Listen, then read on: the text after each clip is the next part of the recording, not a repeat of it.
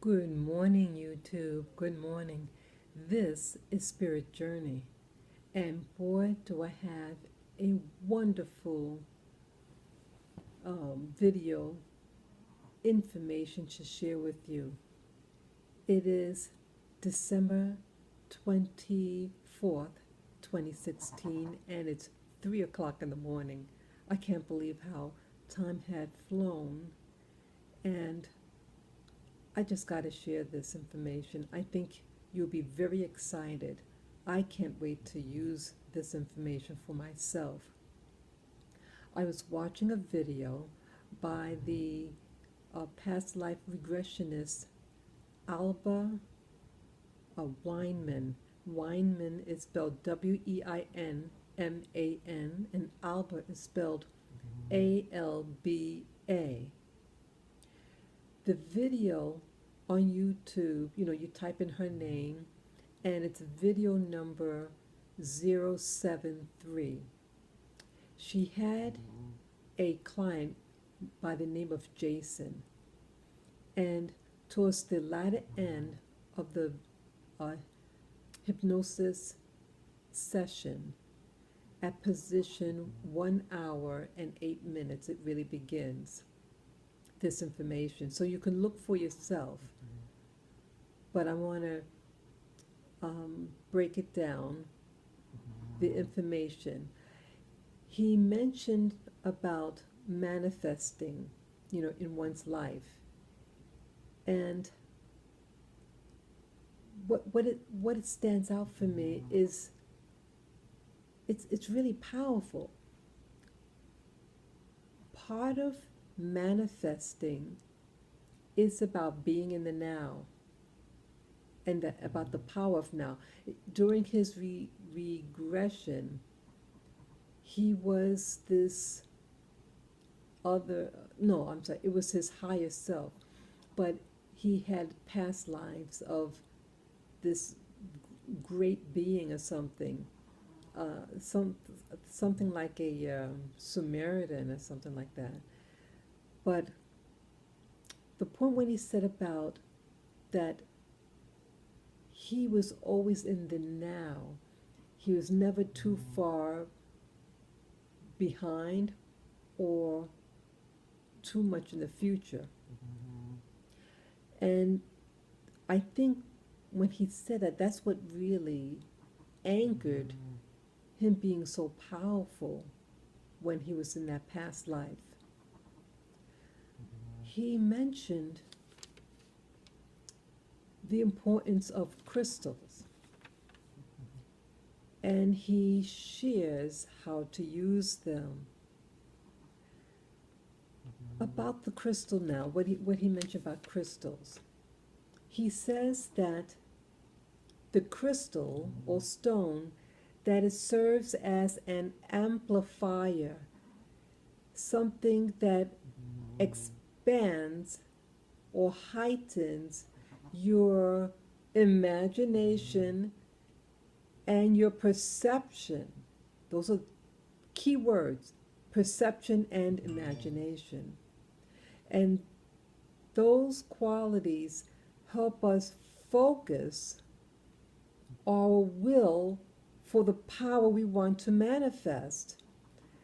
And in doing so, the stone is imparted by what the intent we put on it.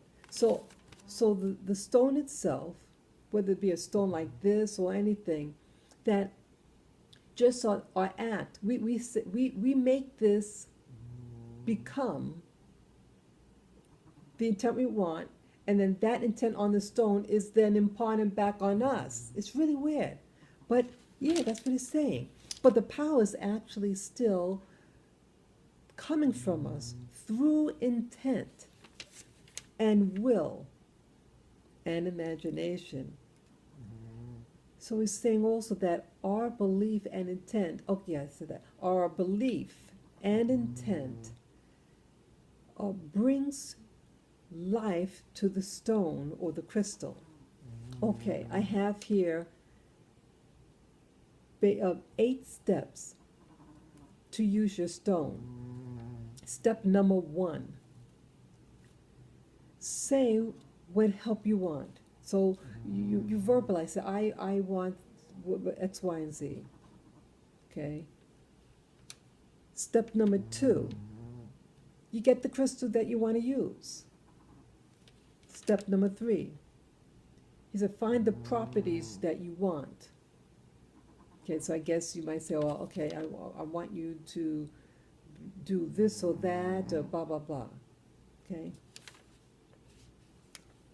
And then number 4, you meditate and you hold it.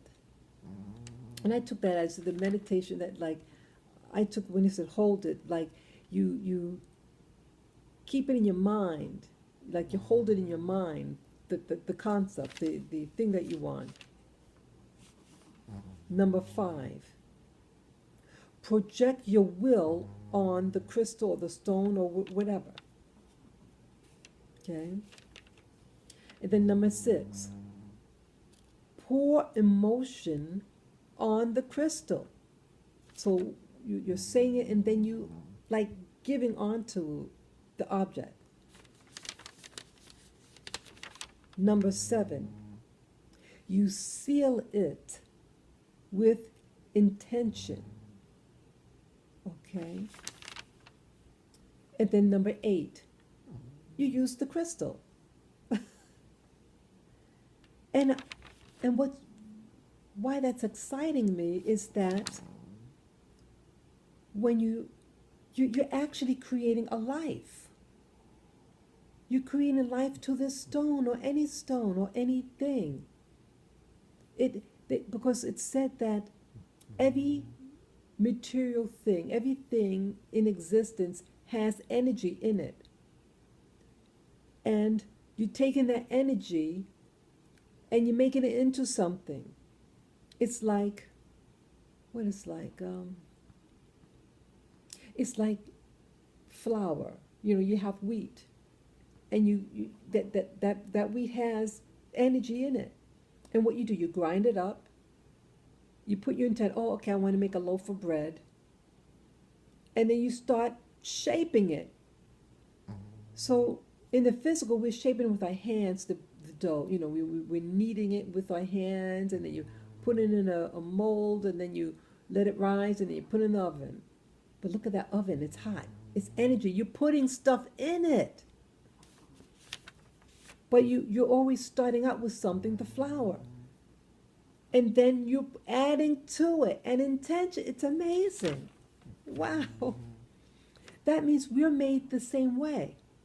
That we had energy in us, and then some force outside of us is imparting qualities. Okay, I want you to have this and this, and then I want you to be able to do this and that. And then they make it, and they made us. We're only as great as the person or thing that made us. Wow. And then we become creators too. By, you know, in this case, using the stone or whatever, so that we can manifest power. Then someone also mentioned about, you know, someone said, well, when should we clean the crystals or stones?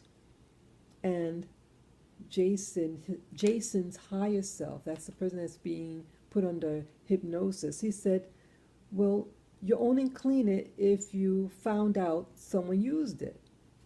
And it seems to imply that if you don't know someone used it, keep on using it. But it's the act of knowing that someone else used it. And I know that reminds me of something. Like in the Bible, when someone said something about, what was that now? Oh, I'm trying to remember. Let's say someone is not kosher, and they are, and if they didn't ask about it, it's not going to mean anything to them. But if they inquire about it, hey, is this such and such? And then you say, well, yes. And so the act of him knowing, then by conviction, you know, that other person is to respond a certain way. But if they never asked and never found out, they can use it, eat it to their heart's content. Doesn't make a difference. It's the act of knowing. Amazing. Amazing. So I just wanted to share this real quick and for you to share it with friends, family. You could subscribe to Spirit Journey. And once again, you could give me the thumbs up. So let me know how this works for you. I definitely want to study this further and start manifesting for my personal development. It's about the imagination. And I realize that not just imagination, but I have to keep it. And so it doesn't go away. This is magic. This is what magic is. About imagination and putting it into existence through your will. Powerful. I thank you guys for listening. Have a great weekend.